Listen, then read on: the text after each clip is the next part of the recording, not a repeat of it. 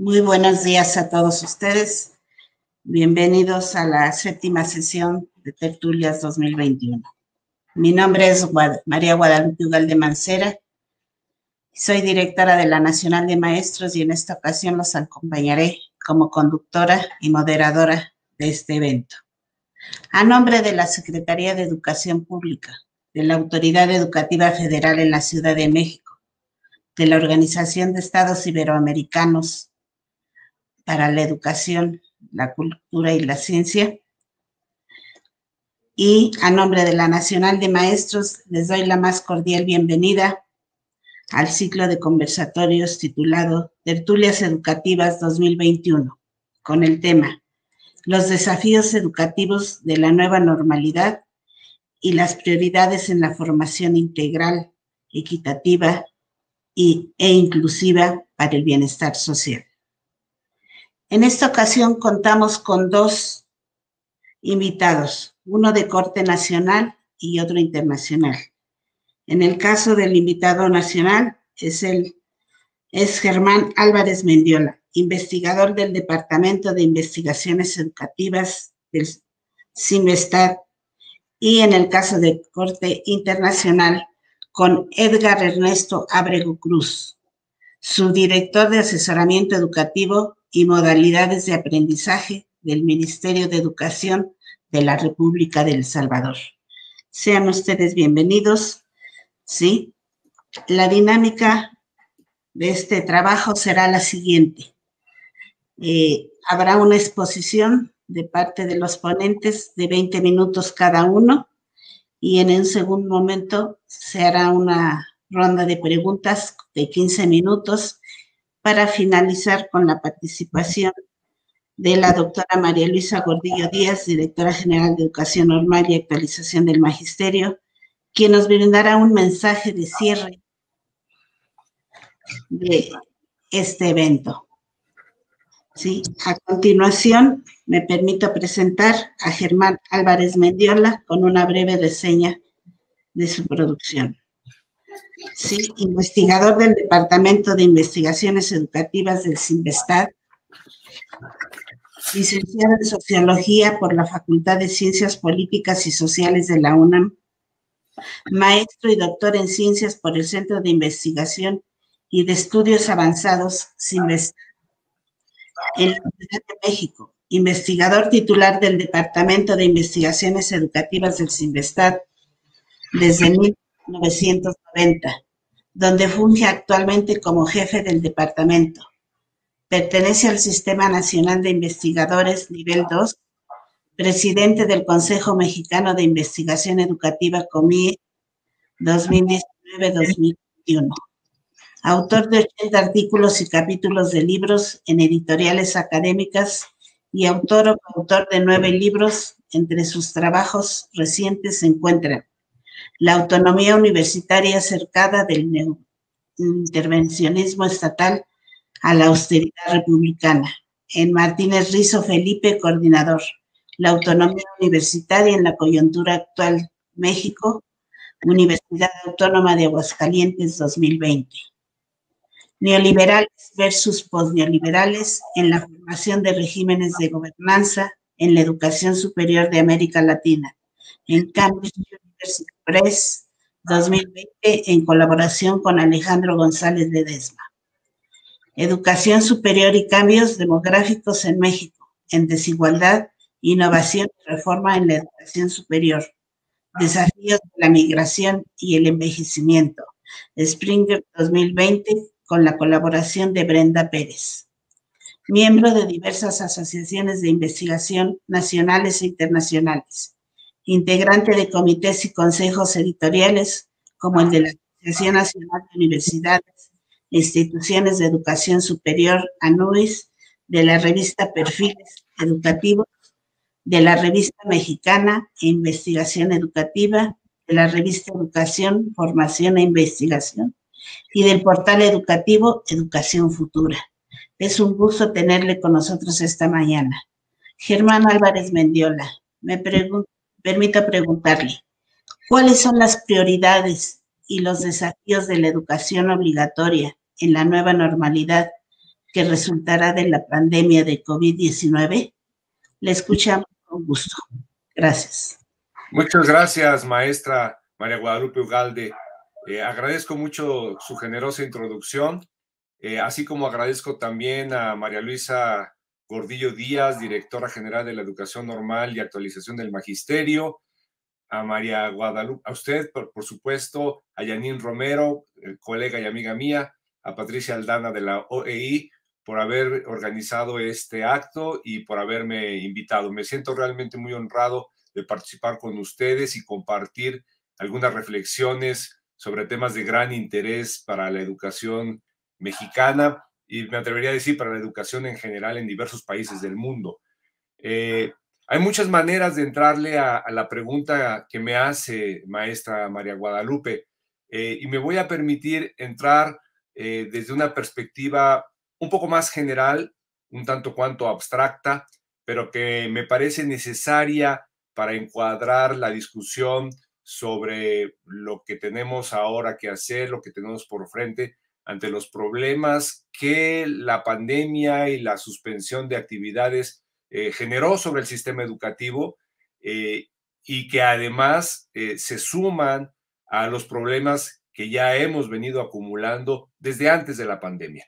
Porque lo que ocurre en el sistema mexicano evidentemente no es algo que haya surgido en los últimos aproximadamente 20 meses que tenemos con, un poquito menos, con la pandemia sobre nuestro sistema educativo. Yo creo que vivimos una situación que todavía no alcanzamos a entender, más allá, digamos, de las cuestiones prácticas, de la necesidad de ofrecer algún tipo de servicio educativo de manera paliativa, o problemas de tipo presupuestal, o problemas de tipo organizativo y logístico. Pero más allá de estos elementos que necesariamente tuvieron que ser considerados para poder continuar algún esfuerzo educativo, pienso yo que a pesar de la enorme cantidad de escritos que ya existen, tanto en México como en diversos países, todavía no alcanzamos a entender lo que ha significado esta suerte de suspensión de realidad, como lo designó el sociólogo argentino Emilio Tenti en un maravilloso escrito reflexionando sobre los problemas que hemos tenido recientemente. Es decir, de manera temporal, las cosas fueron suspendidas y los roles, los papeles, las funciones que el sistema educativo tenía, y me atrevería yo a decir los conceptos y los métodos que teníamos para entender nuestra situación educativa en el día a día, de repente dejaron de funcionar. La escuela dejó de ser la escuela, aquel lugar físicamente instalado en un predio con edificios y una forma de organizar el espacio para trabajar en él, dejó de existir o de estar presente, porque tuvimos que trasladar las actividades a espacios físicos distintos y de generar la comunicación que antes se daba de manera presencial a través de los medios virtuales u otro tipo de medios cuando no se disponía de estos. El rol del profesor cambió o de la profesora, el rol de la alumna o del alumno cambió, el rol de los padres y madres de familia también cambió, porque tuvieron que pasar a ocuparse de una manera distinta sobre la educación y el desempeño de los hijos, en este caso cumpliendo algún tipo de función como de tutor o de maestro sustituto. En fin, prácticamente todos los aspectos de la organización de nuestro sistema educativo y de nuestras escuelas y los papeles o roles que todos los actores tenemos dentro de estos cambiaron. Y los viejos conceptos que teníamos no nos alcanzan para designar esta nueva realidad. Y esto tuvo impactos sobre la práctica educativa y bueno, yo lo puedo decir también desde mi frente, que es más relacionado con la investigación, también tuvo impactos para la investigación educativa. Algunos de ellos de tipo práctico, pero que tuvo consecuencias sobre los conceptos y las metodologías. Cómo investigar la escuela en un contexto en donde la escuela estaba suspendida. Cómo estudiar a los maestros o maestras en un contexto en donde ellos hacían cosas distintas y no se les encontraba fácilmente en un sitio físico como antes. Cómo entender las dinámicas de las familias cuando éstas cambiaron, cómo entender la interacción entonces de padres de familia o comunidades con las comunidades escolares. Todo eso fue cambiando. Entonces, entenderlo nos va a llevar algún tiempo, porque además se combinan con los viejos problemas de desigualdad, con los viejos problemas de calidad, con los viejos problemas de pertinencia, con los viejos problemas de formación del profesorado, con los viejos problemas del desempeño de los estudiantes, con los viejos problemas de la articulación de la escuela y en general de la educación con la sociedad, con la cultura y con la economía.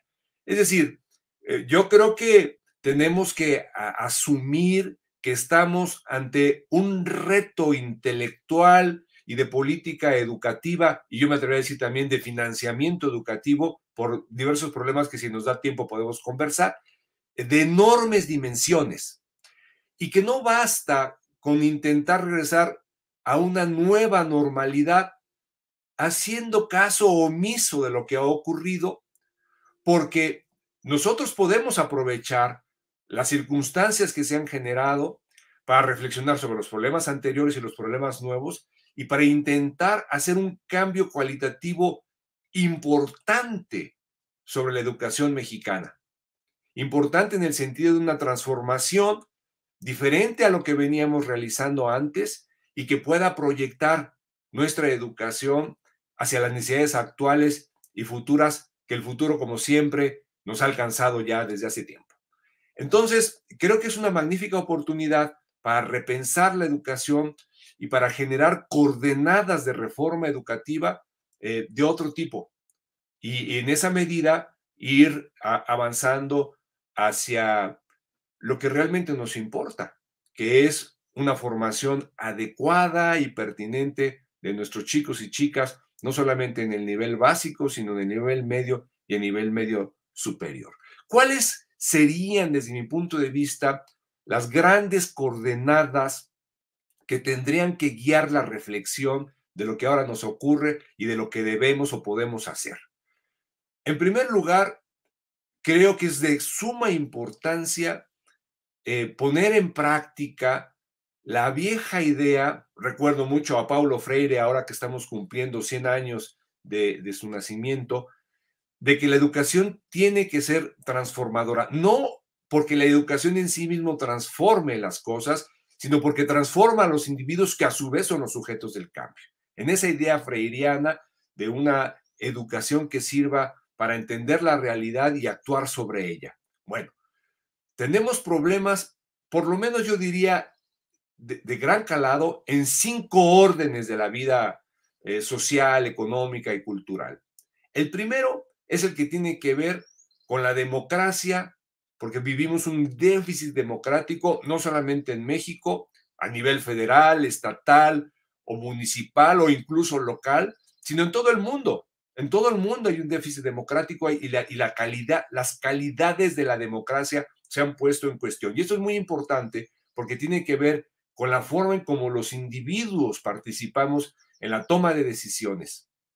Tenemos problemas relacionados con la corrupción, tenemos problemas relacionados con el bajo desempeño de las administraciones, etcétera. Hay toda una esfera en el ámbito de la vida política de gran importancia que tenemos que trabajar desde la educación, porque necesitamos formar ciudadanos responsables y participativos que se hagan cargo no solo de sus propias vidas, sino también de las vidas en las comunidades en las cuales participan. Entonces, todo el tema de la formación para la ciudadanía es un tema que necesitamos pensar y que debe articular gran parte de los cambios, y me refiero a cambios curriculares, cambios de práctica docente y cambios en la organización escolar en su conjunto.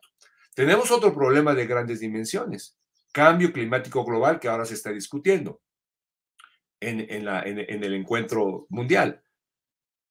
Cambio climático global que no es algo teórico como hace 30, 40 años que todavía los científicos no se ponían de acuerdo sobre la influencia del ser humano en ese cambio. Ahora es algo demostrado, asumido y aceptado prácticamente por todo el mundo y lo tenemos enfrente. Basta ver el estado en el que se encuentran los litorales en México y no se diga países que son más bajos, en donde los litorales se van perdiendo. Además, hay que ver el daño que estamos ocasionando a nuestros bosques y selvas, en donde los manglares juegan un papel muy importante, y un largo etcétera. No voy a detenerme al tema del cambio climático global y la destrucción de los ecosistemas en el mundo, pero es algo que ya nos está afectando y que además cuesta dinero y va a generar pobreza, y va a generar migraciones, y va a generar una enorme cantidad de problemas. Necesitamos entonces articular en torno al cuidado del medio ambiente y a la mitigación de los problemas de cambio climático global enormes esfuerzos educativos. Tenemos los problemas de la pandemia, ahora la que tenemos encima, que es la del COVID-19, pero tenemos muchas otras epidemias en nuestro país, epidemia de obesidad, epidemia de diabetes, etcétera. Entonces, todo el tema del cuidado de la salud, en donde debemos incluir ahora, que afortunadamente se está poniendo de relieve, debemos poner el tema también socioemocional, es de gran importancia. Necesitamos aprender a cuidarnos. Y esto también se relaciona con la necesidad que tiene la educación de contrarrestar las tendencias mundiales de la pseudociencia y de los movimientos antivacunas que están generando grandes daños adicionales al problema de la pandemia por la negativa a recibir vacunas y el efecto que esto tiene sobre la propagación de la enfermedad. Necesitamos también volver a pensar cuál es el trabajo que se requiere ahora y la preparación de nuestros chicos y chicas para insertarse productivamente en el mundo laboral.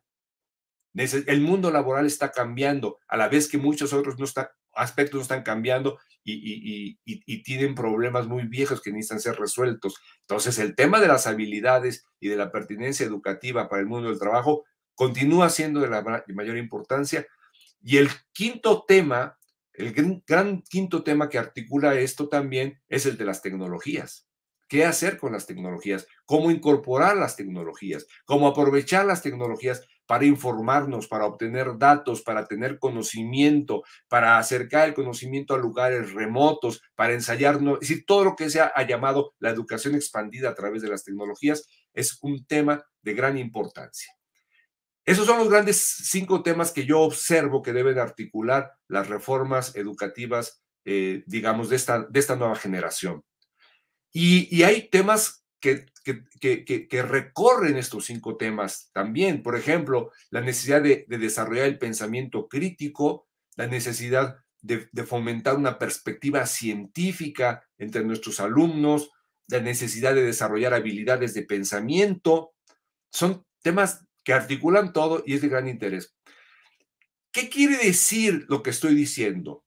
Además de lo que de manera explícita expreso, quiere decir que una formación centrada en las materias, en la disciplina o en una perspectiva de formación profesional a largo plazo, debemos hacerla a un lado. No tiene ningún caso formar estudiantes como si fueran pequeños historiadores o pequeños químicos o pequeños matemáticos en potencia o pequeños biólogos. No nos sirve de nada. Sociedades como la mexicana especialmente necesitamos personas que sepan entender esta realidad que he comentado de los 5 grandes problemas, que sepan identificar cuáles son los problemas y cómo se ubican ellos ahí, y que sepan también proponer soluciones a esos problemas. Y eso no se tiene estudiando de manera estanca, separada, las distintas materias o disciplinas que integran el vastísimo mundo del saber humano. Entonces necesitamos todas aquellas ideas que hemos comentado desde hace más de 40 o 50 años sobre interdisciplina, transdisciplina, multidisciplina, deben dejar de ser algo escolástico, teórico y de referencia solamente para decirlo de boca para afuera e integrarlo prácticamente a la formación de nuestros estudiantes, a nuestra práctica educativa, a la formación de los nuevos maestros, porque necesitamos personas que sepan ser ciudadanos, que sepan cuidar el medio, que sepan cuidar de su propia salud, que sepan insertarse productivamente en el trabajo, que manejen las tecnologías.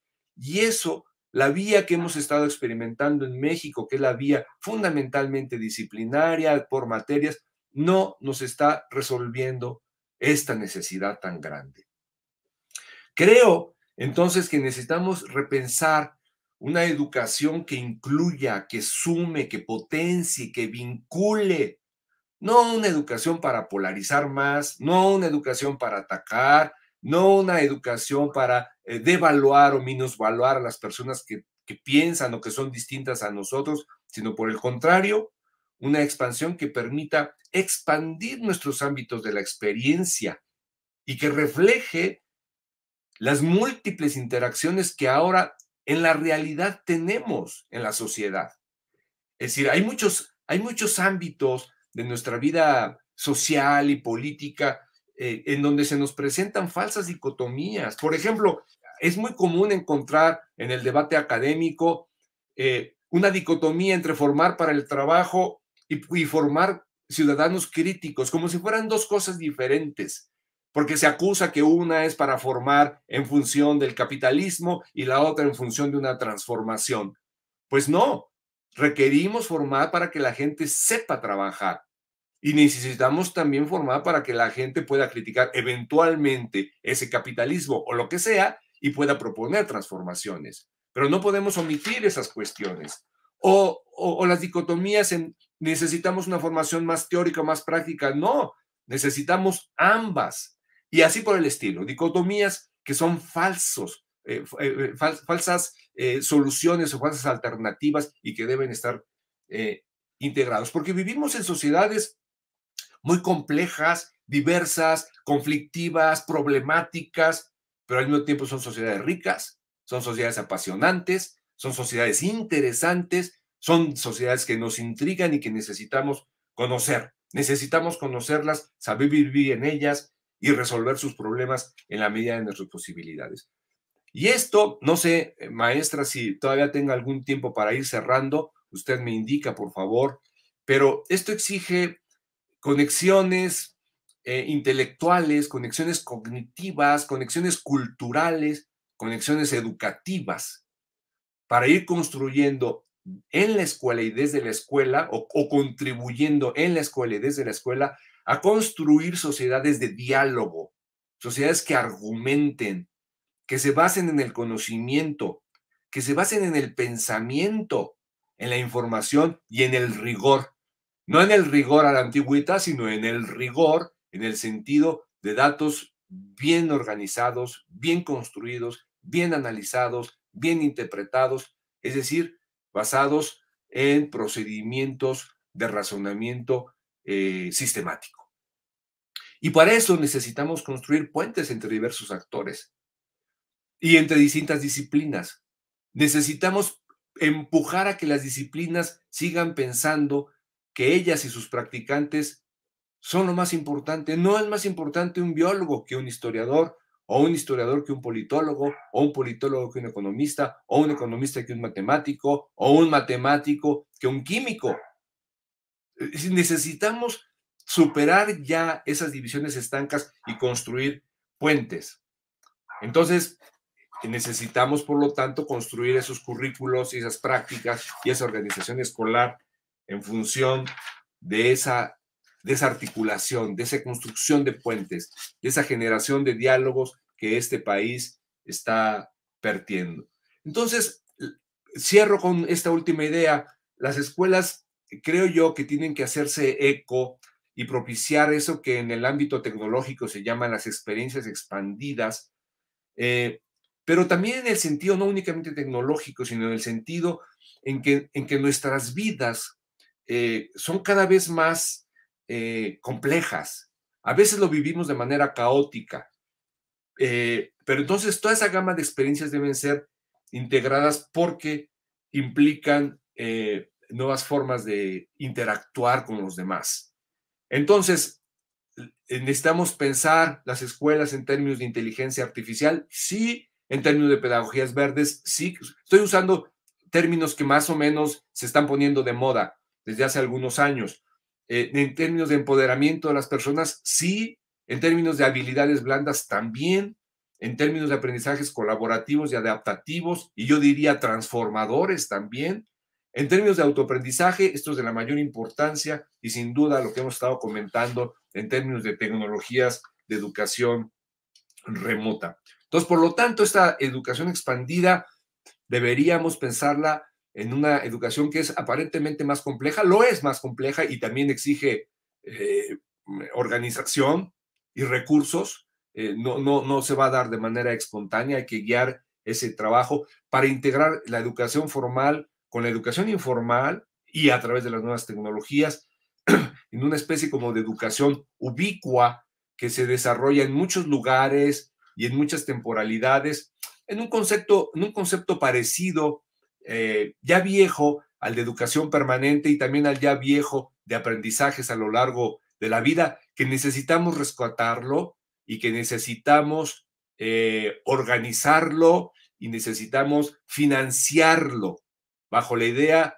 de que las personas, nosotros no aprendemos en un solo lugar, sino aprendemos en muchos lugares al mismo tiempo y diferentes cosas, y no aprendemos en un solo momento, sino aprendemos desde ahora hasta que nos muramos.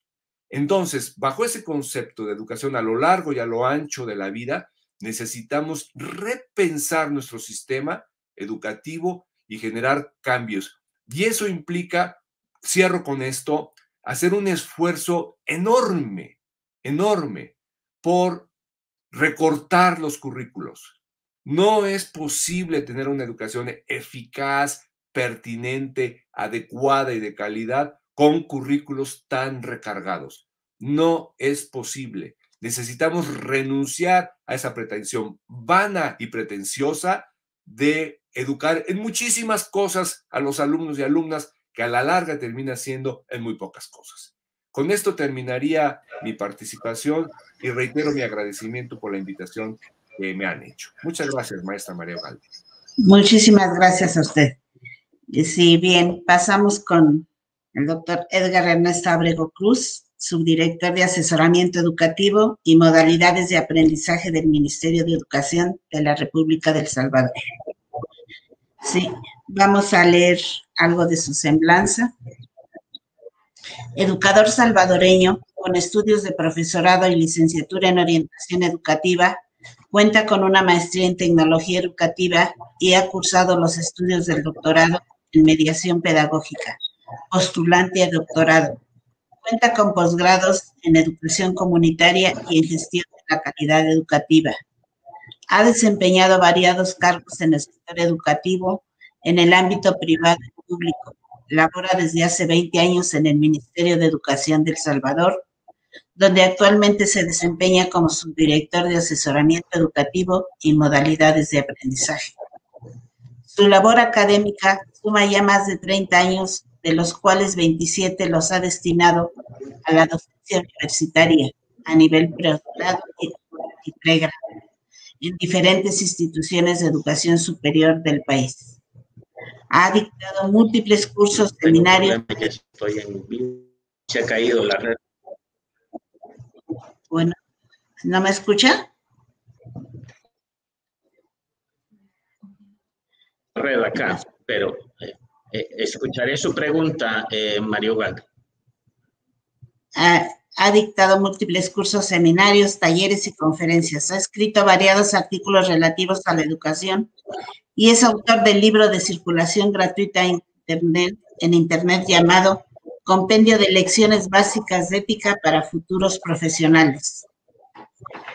Le pregunto, ¿cuáles son las prioridades y los desafíos de la educación obligatoria en la nueva normalidad que resultará de la pandemia de COVID-19?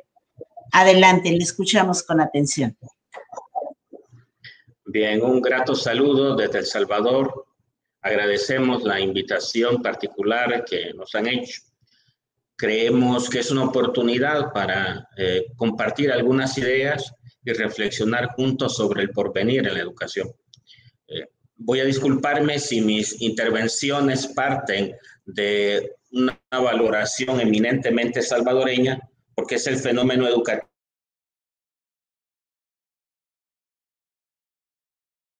Quiero colocar unas premisas básicas en la reflexión. Nos encontramos ante un choque de paradigmas, sin duda. La pandemia por COVID-19 que el planeta ha enfrentado nos obliga a repensar si el paradigma vigente en educación sigue siendo válido para el futuro por venir.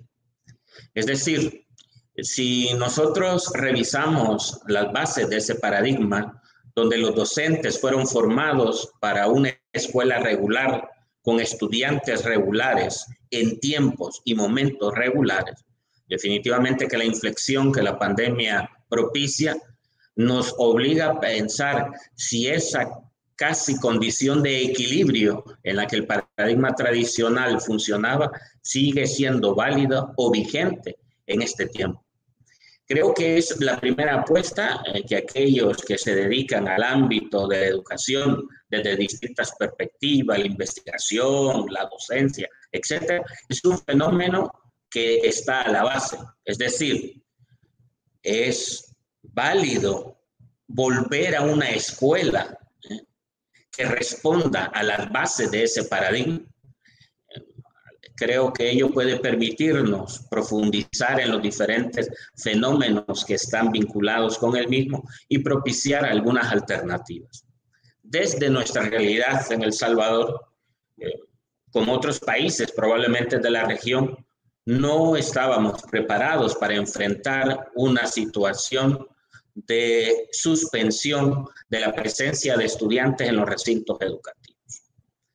Pese a los primeros esfuerzos que se planteaban, sin duda, países como el nuestro, con limitantes de todo tipo, tuvieron que volver la mirada hacia aquellas herramientas de las que los docentes disponían y perfilar desde ahí una continuidad educativa. Sin duda, con limitaciones. Vuelvo a decir, nuestro magisterio nacional estaba formado para el ejercicio docente en un paradigma que ha estado entronizado por largo tiempo, y la habitualidad de las prácticas docentes estaban totalmente vinculadas a patrones que generaban, dijéramos, un estancamiento en la perspectiva del desarrollo educativo. Este choque de paradigmas que debe ser, insisto nuevamente, muy bien investigado, debe de permitirnos perfilar un paradigma emergente. O sea, no podemos volver nosotros a prácticas educativas centradas, por ejemplo, en espacios físicos, como el aula. Ya quien me antecedía hablaba del desplazamiento mismo que el hecho educativo ha tenido. Es decir, el fenómeno de la educación en el paradigma tradicional se centraba al enfrentamiento docente-estudiante en el espacio del aula en los recintos educativos. Ahora el eje se vio obligado a desplazarse. Cuando el 11 de marzo del año recién pasado se tomó la decisión que los estudiantes dejasen de asistir a la escuela, y el 18 de marzo los docentes hicieron lo mismo, ni en el peor escenario en El Salvador podríamos haber perfilado que el retorno no acontecería en el mismo año. Es más, quienes estábamos trabajando a la par de los titulares en mantener la continuidad educativa activa, visionábamos un retorno en un tiempo meridiano. Sin embargo, para no extenderme en ese aspecto, nosotros iniciamos con presencia de estudiantes nuevamente hasta el 6 de abril del presente año. Es decir, la ausencia de chicos y chicas duró casi un año fuera de las aulas. Por tanto, el eje del que estaba mencionando se desplazó de ese espacio áulico al hogar, al lugar donde los chicos y chicas intentaban enfrentar o generar determinados aprendizajes. Si a esta condición de desplazamiento le sumamos que las familias hacía muchos años habían trasladado su responsabilidad educadora exclusivamente a la escuela, el fenómeno sin duda golpea y lastima un poco más a estos estudiantes. Padres, madres o responsables de los estudiantes estaban habituados a llevar a una hora a sus chicos a la escuela y retirarlos a otra hora, dejando todo el quehacer educativo bajo la responsabilidad de la escuela y sus docentes. Ahora que los chicos se trasladaban a los hogares, nosotros tuvimos una de las cuarentenas más largas del continente americano, donde las familias estuvieron por mucho tiempo resguardados en sus hogares. Esa responsabilidad ahora se desplazaba a estos nuevos espacios. Los estudiantes seguramente tenían que inventar un lugar en casa para ocuparse de aprender. Tenían que buscar los recursos que en muchos de los casos no estaban disponibles. Y no me refiero al tema de computadoras o conectividad. Las condiciones de pobreza en El Salvador ha llegado a extrañar hasta los libros de los hogares de muchas de nuestras familias. Por tanto, más allá de los esfuerzos que se hacen de dotar al inicio de cada año escolar de un kit de materiales y recursos educativos en el paquete escolar que nosotros entregamos a cada estudiante, no ha habido mayores recursos. En ese sentido, entonces, mantener el paradigma tradicional en estos nuevos contextos, ante esos desafíos que representaba la educación en casa, nos obligó como salvadoreños a repensar la forma en que los niños y las niñas aprenden. Sin duda, seguimos recogiendo las lecciones, ¿verdad? El Salvador, a partir de estas primeras condiciones, ha iniciado un proceso de dotación de equipo tecnológico para todo estudiante, desde el nivel parvulario hasta el nivel de educación media. Nuestro sistema educativo ronda los 1.3 millones de estudiantes. En este momento, alrededor de 300,000 estudiantes han recibido ya su dispositivo electrónico y su paquete de conectividad. Pero sin duda eso no resuelve. Eso, en todo caso, será un eslabón de todo un conjunto de elementos que deben de articularse para configurar ese nuevo paradigma de la educación. En este sentido, cualquier proceso educativo que pueda surgir ahora a partir de la experiencia vivida, nos debe de llevar a pensar que a la base debe de rescatar algunos principios. Por mi parte, me atrevo a señalar los siguientes. En ese desplazamiento geográfico del estudiante, donde el aprendizaje ya no acontecía en la escuela, específicamente en las aulas o en los laboratorios, en los talleres de que las instituciones educativas disponían, sino que el chico estaba fuera de esos recintos aprendiendo en casa. El principio del antropocentrismo en la educación se vuelve imprescindible. Es decir, el centro de cualquier fenómeno educativo y cualquier activación de aprendizaje es el estudiante en sí mismo, independientemente de las locaciones donde el aprendizaje intente generarse. Esto es algo que los docentes deben de asumir con mucha entereza, porque en el paradigma tradicional la educación ha estado habitualmente centrada en el docente, en el conocimiento del docente. Ahora se ha generado una noosfera, una nueva esfera del conocimiento. Una nueva esfera del conocimiento, a la que denomino noosfera, donde el ambiente donde ésta se genera ya no es la escuela como tal, sino una ampliación de la misma y una bifurcación a múltiples escenarios de aprendizaje que no necesariamente concurren en el aula. Este principio, insisto, probablemente lleve no solo a repensar las estrategias metodológicas con las cuales hay que mediar los aprendizajes, sino a ceder un poco, ¿verdad?, de eso que el docente ha tenido en sus manos, ¿verdad?, para que los estudiantes puedan, en buena medida, gestionar la educación y los aprendizajes que desean adquirir.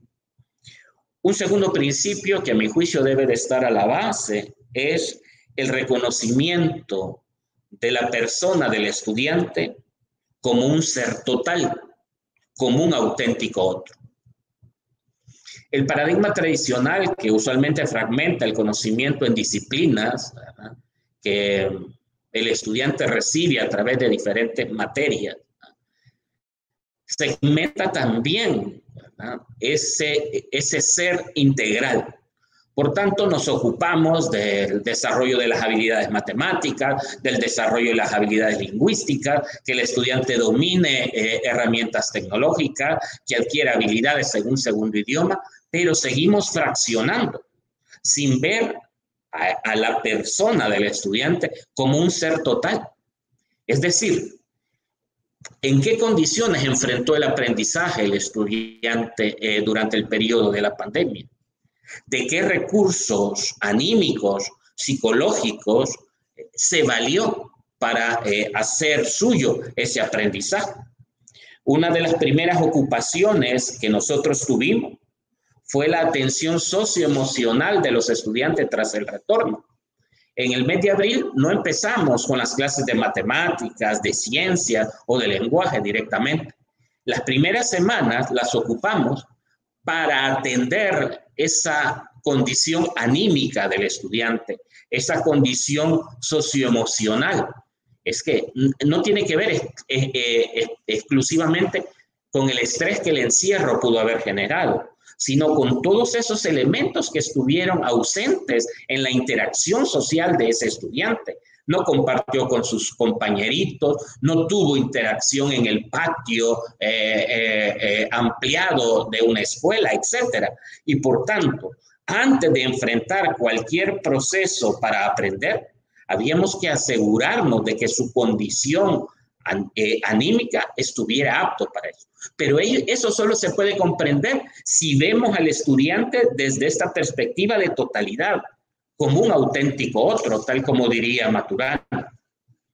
Un tercer principio, sin duda, que tiene que estar a la base en este paradigma que emerja tras la pandemia en el ámbito educativo, es la mediación pedagógica de los aprendizajes. La forma y los modos en que el aprendizaje era mediado antes de la pandemia se modifica totalmente en esta perspectiva de futuro. El Salvador le está apostando a algo que llamamos la estrategia de educación multimodal.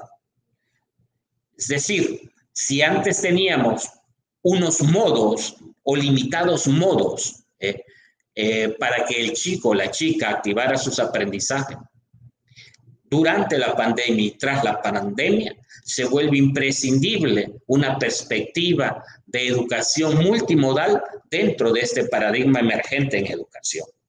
Sin duda, las tecnologías tendrán su espacio, pero el libro, el impreso, también vuelve a asumir un rol distinto en este quehacer del aprendizaje. La televisión y la radio, que a diferencia de ustedes en México, El Salvador tuvo que volver a activar después de 40 años de no tener teleclases, se vuelve probablemente otra plataforma para propiciar ese aprendizaje. Pero el docente debe de seguir indagando, insisto, a partir de las lecciones aprendidas y del cuestionamiento del paradigma tradicional, cuáles son esos elementos que debe de trasladar a este paradigma emergente. De tal manera que mediar el aprendizaje en este nuevo contexto representa otro desafío, una condición muy distinta, que probablemente si pudiéramos llevar nuevamente a los docentes a las aulas para generar una interacción donde la reflexión y el debate nos permita visionar esos elementos, podríamos entonces nosotros tener algunas condiciones que propicien una mediación mucho más próxima a esta nueva realidad que se nos demanda. Un cuarto principio que yo coloco a la base de este nuevo paradigma emergente, que puede ser una respuesta ante los desafíos que la misma pandemia nos ha generado, es la perspectiva holística del aprendizaje. para superar esa fragmentación que el paradigma tradicional tenía de las disciplinas, de las materias, del conocimiento aislado en su propio campo particular. Una perspectiva holística, globalizadora, la considero vital para la educación que está por venir. Probablemente el chico no aprendió mucho de física, de química en casa durante estos días, pese al acompañamiento foráneo que el docente intentó realizar, aún con las limitaciones que ya señalaba. Pero seguramente aprendió otras cosas, aprendió el valor de la familia, aprendió a valorar la vida en una perspectiva de futuro, a raíz de enfrentarse a los riesgos que el COVID-19 generaba en términos de las implicaciones de muerte o de condición de riesgo en su salud. Por tanto, hay otros aprendizajes que no suelen ser ni generados en la escuela, ni mucho menos evaluados para reconocer que una niña o un niño está aprendiendo. Solo una perspectiva holística en un paradigma emergente que replantee la educación del futuro, creo que puede permitir un desarrollo integral. Como penúltimo principio que yo colocaría a la base es también un principio antropotélico para la educación. Si bien el antropocentrismo que señalaba como primer principio centra el aprendizaje en el estudiante, este antropotelismo que yo señalo perfila que el fin último es también el estudiante. Nuestros sistemas educativos sin duda han estado al servicio del sistema económico. Por poco le decimos nosotros a las empresas, díganos cuál es el obrero que necesita, el profesional que necesita, que nosotros se lo hacemos a la medida. Es decir, formamos personas con las habilidades necesarias para que se inserten en el engranaje, como un engranaje en el mecanismo de la economía. No, el antropotelismo nos debe de llevar en una perspectiva liberadora de la persona a generar su trascendencia total, ¿verdad? Y a sentir que esa trascendencia le es propicia para tener una vida plena y satisfactoria. Esto solo sucederá cuando el fin último sea la persona que formamos en nuestras escuelas. No pueden seguir siendo otros elementos los que nos digan a la educación, ¿verdad?, el tipo de ciudadano o de ciudadana que ha de emerger. Y finalmente, quiero rescatar un principio aristotélico que yo lo coloco como el sexto a la base de este nuevo paradigma en la educación. Aristóteles nos hablaba de la eudemonía como la búsqueda de esa felicidad y del bienestar en el aprender. Hoy más que nunca, los estudiantes en un paradigma emergente en educación deben de volver a encontrar el sentido de la educación. Y encontrar el sentido de la educación significa aproximarse al aprendizaje con alegría, de tal manera que ese aprendizaje así recibido pueda generar el bienestar necesario. Si los chicos vuelven a la dura plana que representaba el resolver todos los ejercicios del álgebra, si el estudiante vuelve a completar cientos y cientos de planas repitiendo la misma letra, la alegría estará ausente.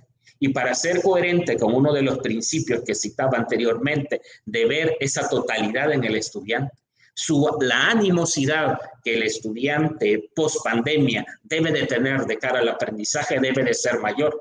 Y esa eudemonía, esa alegría debe de ser vital, independientemente del grado en el que se encuentre, porque algunos este principio lo pueden relacionar muy bien con los niños y las niñas más pequeñitas, pero no, nuestros estudiantes de secundaria, nuestros estudiantes universitarios requieren también enfrentarse a estos aprendizajes con mucha alegría. Vuelvo a la premisa que planteaba. Creo que el más grande desafío que enfrentamos nosotros es repensar el paradigma bajo el cual estamos educando a la niñez, adolescencia, juventud y adultez de nuestros países.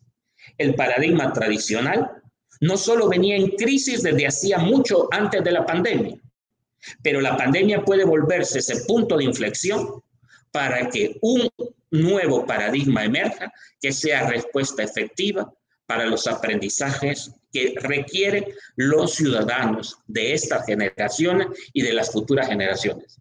Gracias por escucharme.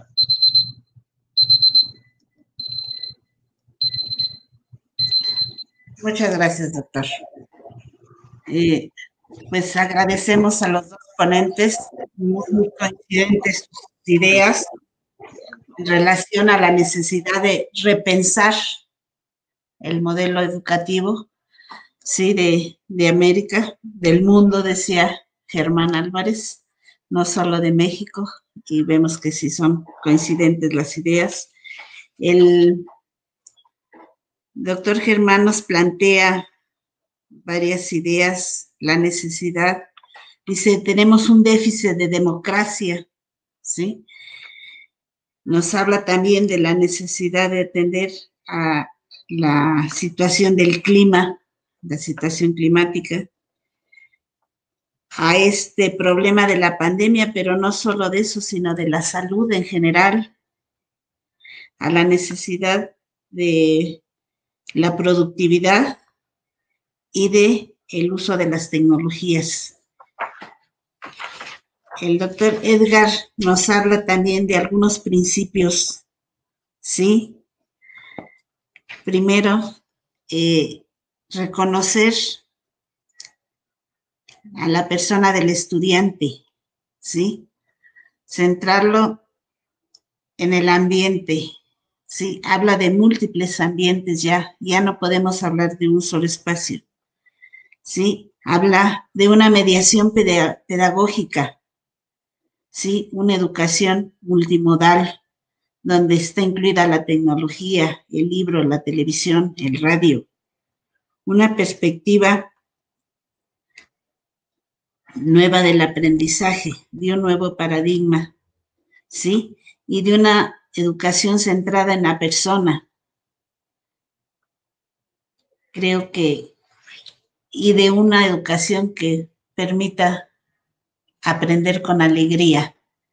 Yo creo que nos están dando pautas para caminar un nuevo camino, un espacio para la educación.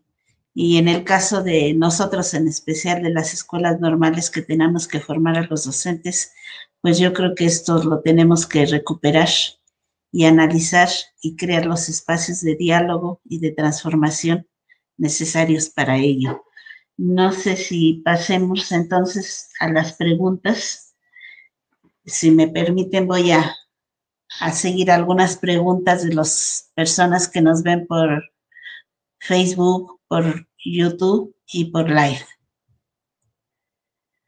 Andrea Rivera Zárate.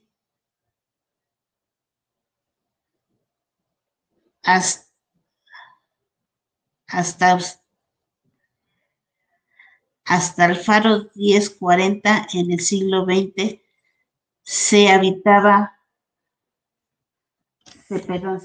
de la necesidad de fomentar habilidades para la vida.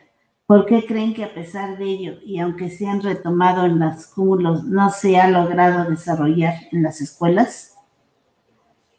Fomentar habilidades para la vida. ¿Por qué no se ha logrado en las escuelas? ¿Quién de ustedes dos podría contestarlo? Habilidades para la vida.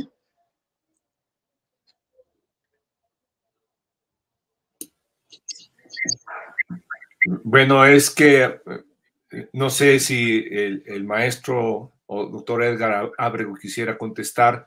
Yo podría nada más decir que primero habría que definir a qué nos referimos con las habilidades para la vida, porque si no partimos de esa definición, es difícil dar una respuesta.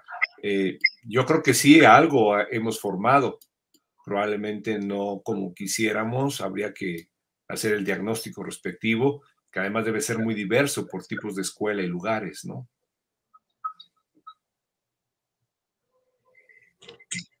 No sé, doctor Edgar.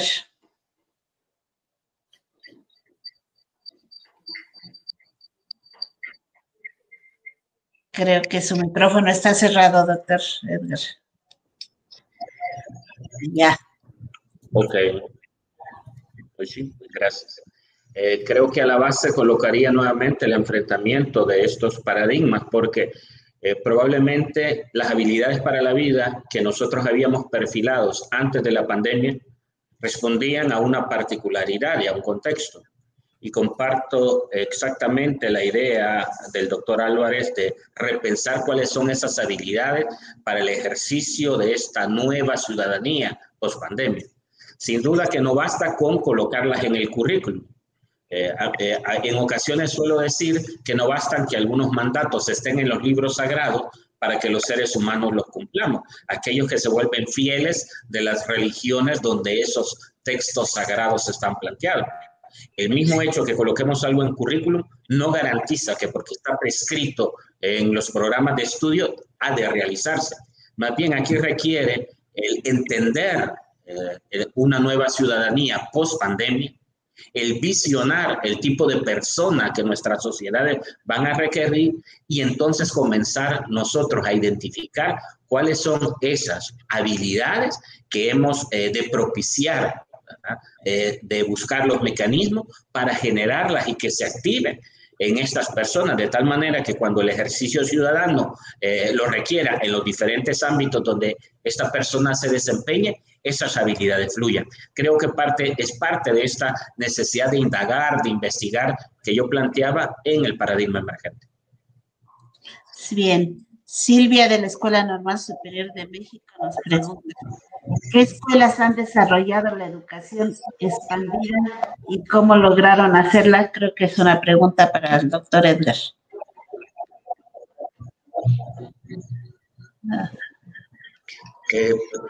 Yo veo muy complejo el definir una o un conjunto de escuelas que puedan plegarse a una visión exclusivamente de educación expandida, educación híbrida, educación remota o con todos los apellidos y nombres con los que ahora estamos reconociendo a estas perspectivas de modalidades de aprendizaje. Lo que hay a la base, creo, es primero un compromiso de una buena parte del magisterio de no dejar atrás a sus estudiantes y de querer, pese a las circunstancias, mantener una continuidad educativa que permita que este estudiante siga aprendiendo independientemente de la locación.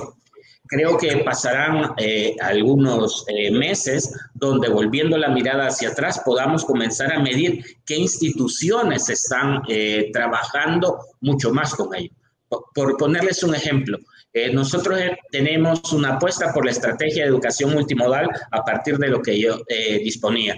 El Salvador cuenta con 5.152 centros escolares públicos y 953 centros escolares privados. En un primer ejercicio, para el cierre de año escolar que estamos teniendo precisamente en este momento, estamos identificando que alrededor de 500 instituciones educativas entre públicos y privados han hecho un ejercicio mucho mayor en este ámbito. No podemos categorizarlas como escuelas que están trabajando ya en una educación híbrida, expandida o remota, pero sí que están colocando unas bases para ello.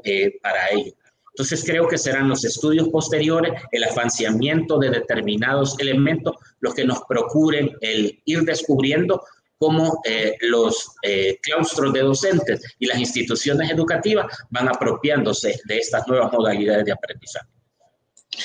¿Gusta agregar algo, doctor Germán? Adelante. Coincido plenamente con el doctor Ábrego. Hay diversas denominaciones a diversas propuestas sobre cómo debería ser la educación ahora, mediada por tecnologías. Y evidentemente, yo creo que en el caso de México estamos todavía muy lejos de tener una propuesta clara al respecto. Y por lo tanto, no, es difícil anticipar que las cosas están ocurriendo, salvo en el sector privado, que han hecho propuestas para ofrecer ese servicio educativo, pero es evidentemente estudiantes que pueden pagarlo, que sigue siendo una minoría en comparación con el porcentaje de estudiantes que van al sector público. pero el sector público tiene en ese sentido una gran carencia todavía, que en el fondo, me atrevo a decirlo con todo respeto, una carencia de imaginación educativa y de destinar esfuerzos y recursos. Yo sé que no es solamente una cuestión voluntarista ni solamente una cuestión de dinero, pero se requiere destinar esfuerzos y recursos para desarrollar esas propuestas. De otra manera, podremos encontrar probablemente aquí y allá algunas experiencias importantes de las cuales sin duda aprenderíamos mucho al observarlas, pero que no van a ser la generalidad del esfuerzo. Ese es, de hecho, uno de los peligros que entraña regresar a la nueva normalidad. Hasta el concepto es un poco raro, sin una propuesta de transformación, porque sabemos que la tendencia va a ser progresivamente a recuperar lo ya sabido, lo ya hecho, la inercia, la tradición, y probablemente ir aplazando para no sabemos cuándo una propuesta más de carácter alternativo, de carácter transformador. Y ese es un problema muy serio porque a final de cuentas, la escuela está en nuestra cabeza, la escuela es el concepto que tenemos de ella, la educación es el concepto que tenemos de ella. Y si ese concepto no lo cambiamos, entonces la fuerza de la costumbre puede ganar la partida. Y eso sería no solamente un desperdicio de la oportunidad histórica, sino un error muy grave, porque las cosas han cambiado mucho. Entre las cosas nuevas no se puede hacer lo mismo que antes. Gracias. Una última pregunta para los dos. ¿Consideran ustedes que la función de las normales es resolver los 35 años de malas reformas educativas frente a un futuro de inteligencia artificial?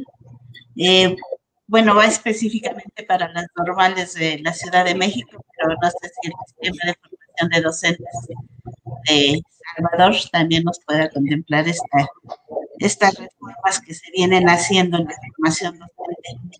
¿Qué opinan ustedes? Y habla de una formación en la inteligencia artificial. No sé qué vislumbren de esto. ¿Quién quisiera comentarme algo? Yo muy brevemente, maestra, si me permite, puedo comentar que los problemas que se han ocasionado por los errores o las malas reformas educativas, bueno, ahí habría que ser un poco más cautos porque no todas las reformas educativas o todo en las reformas educativas ha sido malo. Entonces, hay sin duda cosas que han sido muy acertadas. En fin, pero esa es toda la discusión y el análisis sobre la calidad de las reformas educativas en México. Pero de todas maneras, yo creo que resolver los problemas educativos no depende de una sola institución, ni de un solo actor. Es decir, sería un error decir que sean las normales las que resuelvan, o que sean las escuelas primarias o secundarias, o que sean las universidades, o que sea la Secretaría de Educación Pública. Creo que se trata de esfuerzos conjuntos de sumar perspectivas. Y ahí el esfuerzo es de varias instituciones y al mismo tiempo también de varios actores decisores, o sea, los que toman decisiones, pero también en el nivel de las escuelas, los directores, los maestros y maestras, los supervisores de zonas escolares, etcétera. Todo, es decir, se requiere de conjuntar esfuerzos, de sumar perspectivas, de tender puentes, del ejercicio de diálogos y otra cosa muy importante, la experimentación. Nuestros sistemas educativos se han vuelto rígidos, burocráticos, rutinarios, aburridos, y necesitamos sistemas educativos que fomenten la imaginación, la experimentación, la prueba y el error, que aprendamos y que interactuemos entre todos. No solamente un maestro con sus alumnos, o los alumnos entre sí, o los alumnos en esa escuela, sino interactuar grupos, interactuar escuelas, poner en la mesa lo que hemos hecho y cómo hemos aprendido. Es decir, que el espíritu científico vuelva a ser un principio ordenador, organizador de nuestra actividad educativa. Aprender, conocer, equivocarse y aceptar que uno se equivoca, no hay ningún problema, es lo más humano del mundo, pero aprender de ello. Eso lo hemos perdido y eso ha sido uno de los errores más fuertes que tienen nuestros sistemas. no nos queremos equivocar, cuando equivocarse es necesario. Un sistema de formación. Sí. Por mi parte, solo agregaría que efectivamente los países han intentado, creo que de buena fe, reformar los sistemas educativos. Por eso no podemos nosotros decir que todo es malo. Siempre hay algo que rescatar. Lo único que han sido rígidos muchas veces en no trastocar el modelo con el que educa. Creo que muchos de los ejercicios de reformas educativas se han centrado más bien en reformas curriculares y no van tras la base del modelo, que creo que es lo más relevante e importante. Hoy se está hablando de educación inmersiva, ¿verdad? Donde la realidad virtual o la inteligencia artificial se vuelve base de esta nueva revolución que la tecnología genera y que quiere trasladar a la educación. Tenemos experiencias de realidad aumentada, por ejemplo, que están queriendo posicionarse en este preciso momento dentro de los ámbitos educativos. Y yo en principio lo veo muy bien, o sea, no solo porque tengo una maestría en tecnologías educativas, no, sino porque probablemente están apuntalando hacia los nuevos desarrollos que se están generando en el ámbito tecnológico. Pero ello requiere, sin duda, la mediación pedagógica que el docente pueda realizar. Y por tanto, por más maravillosos recursos que tengamos nosotros generados por estas condiciones de realidad virtual, realidad aumentada, que a la base sin duda está la inteligencia artificial, no van a generar los cambios o las transformaciones en sí mismos si el docente no se faculta, no se prepara, no indaga, si el docente no reconoce la atmósfera que genera con sus estudiantes, si no se identifican los modos y los ritmos y los estilos con los que los estudiantes aprenden. Creo que se vuelven al final una herramienta. Las reformas educativas sin duda no pueden cerrarse o estar de espaldas a estos desarrollos, porque es el mundo habitual en el que nuestros egresados habrán de enfrentar, pero sí representa para los docentes el asumir con mayor compromiso su constante actualización. Muchas gracias a los dos por sus aportaciones. Sí, a este séptimo conversatorio. A continuación le cederemos la palabra a la doctora María Luisa Gordillo Díaz, directora general de Educación Normal y Actualización del Magisterio, quien dirigirá un mensaje a nuestra audiencia. Muy buenos días. Qué gusto estar hoy en este acto en el que culminan los trabajos de la tertulia educativa 2020-2021, cuyo tema central fue los desafíos educativos en la nueva normalidad y las prioridades de la formación integral, equitativa e inclusiva para el bienestar social. La Secretaría de Educación Pública, a través de la Autoridad Educativa Federal en la Ciudad de México y de la Dirección General de Educación Normal y Actualización del Magisterio, agradece su siempre valiosa participación. En esta última tertulia, agradezco infinito al doctor Edgar Ernesto Abrego Cruz, subdirector de Asesoramiento Educativo y Modalidades de Aprendizaje de la República del Salvador, al doctor Germán Álvarez Mendiola, investigador del Departamento de Investigaciones Educativas del Centro de Investigación y de Estudios Avanzados del Instituto Politécnico Nacional, así como a la maestra María Guadalupe Ugalde Mancera, directora de la Benemérita Escuela Nacional de Maestros. Desde luego, a todo el público que nos acompaña a través del canal de YouTube y Facebook Live de la Organización de Estados Iberoamericanos para la Educación, la Ciencia y la Cultura. Considerando que los campos de acción de la Organización de los Estados Americanos y de la Autoridad Educativa Federal en la Ciudad de México abarcan proyectos educativos que van desde el nivel infantil hasta el nivel superior y que otorgan especial interés a la mejora de la calidad educativa, a la promoción de la innovación, a la investigación y al desarrollo de la labor docente, intereses multiplicados ante los desafíos educativos que se derivaron de la emergencia sanitaria provocada por el virus SARS-CoV-2. Ambas instituciones han realizado este evento de carácter académico denominado Tertulia Educativa. Durante las 7 productivas tertulias realizadas entre los meses de septiembre, octubre y noviembre, tuvimos maravillosas circunstancias para escuchar a distinguidos invitados y participantes procedentes de diferentes instituciones educativas nacionales e internacionales. A través de las experiencias y saberes académicos expuestos, quedó claro que compartimos problemáticas y preocupaciones semejantes. Ciertamente se ha logrado que a partir de la participación y experiencia de los invitados se generara, sistematizara y difundiera nuevo conocimiento respecto a los temas planteados, cumpliendo con el propósito que tuvo esta actividad académica. Recordemos que el objetivo de las distintas tertulias fue poner en la mesa algunos cuestionamientos, ideas y recomendaciones que propiciaran la reflexión sobre el actual estado de la educación y de las diversas formas de actuar frente a los retos de la nueva normalidad en escenarios presenciales, virtuales e híbridos, para la construcción de conocimiento científico, académico y ciudadano, con el fin de crear espacios para el aprendizaje y la innovación educativa.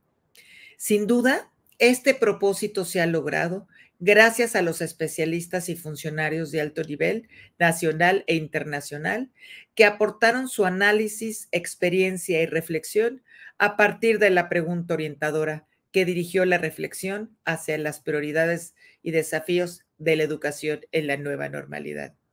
En ese marco, se reconoce la participación de las directoras de las escuelas normales públicas ubicadas en la Ciudad de México, quien además de ser anfitrionas en cada tertulia, tuvieron a su cargo la moderación en los debates.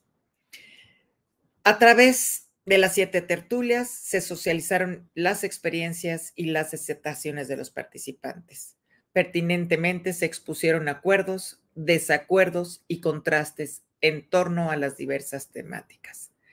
Los desafíos identificados y las experiencias de estrategias educativas expuestas por las distintas organizaciones internacionales a través de los conferencistas invitados, así como las propuestas comentadas de seguimiento y continuidad para afrontar la nueva normalidad, abren la posibilidad de repensar también nuevos horizontes de la educación y su impacto en todas las dimensiones del ser y quehacer humanos. Agradezco al doctor Mariano Jabonero Blanco, secretario general de la OEI, a la maestra Patricia Aldana Maldonado, representante permanente en México de la OEI, al licenciado Rodrigo Limón Chávez, coordinador de Educación, Ciencia y Cultura de la OEI en México. Asimismo, a todos y cada uno de los expertos y funcionarios nacionales e internacionales que compartieron sus experiencias para enfrentar la pandemia actual en el ámbito educativo y sobre todo al público que nos acompañó a lo largo de la tertulia 2021. De esta forma llegamos al final de los conservatorios, deseando que todos los saberes adquiridos sean útiles para la mejora de la práctica docente como profesores en los diferentes niveles educativos. Reciban abrazos cariñosos con expectativa de que nos encontremos nuevamente en la siguiente tertulia educativa. Muchísimas gracias y muy buen día.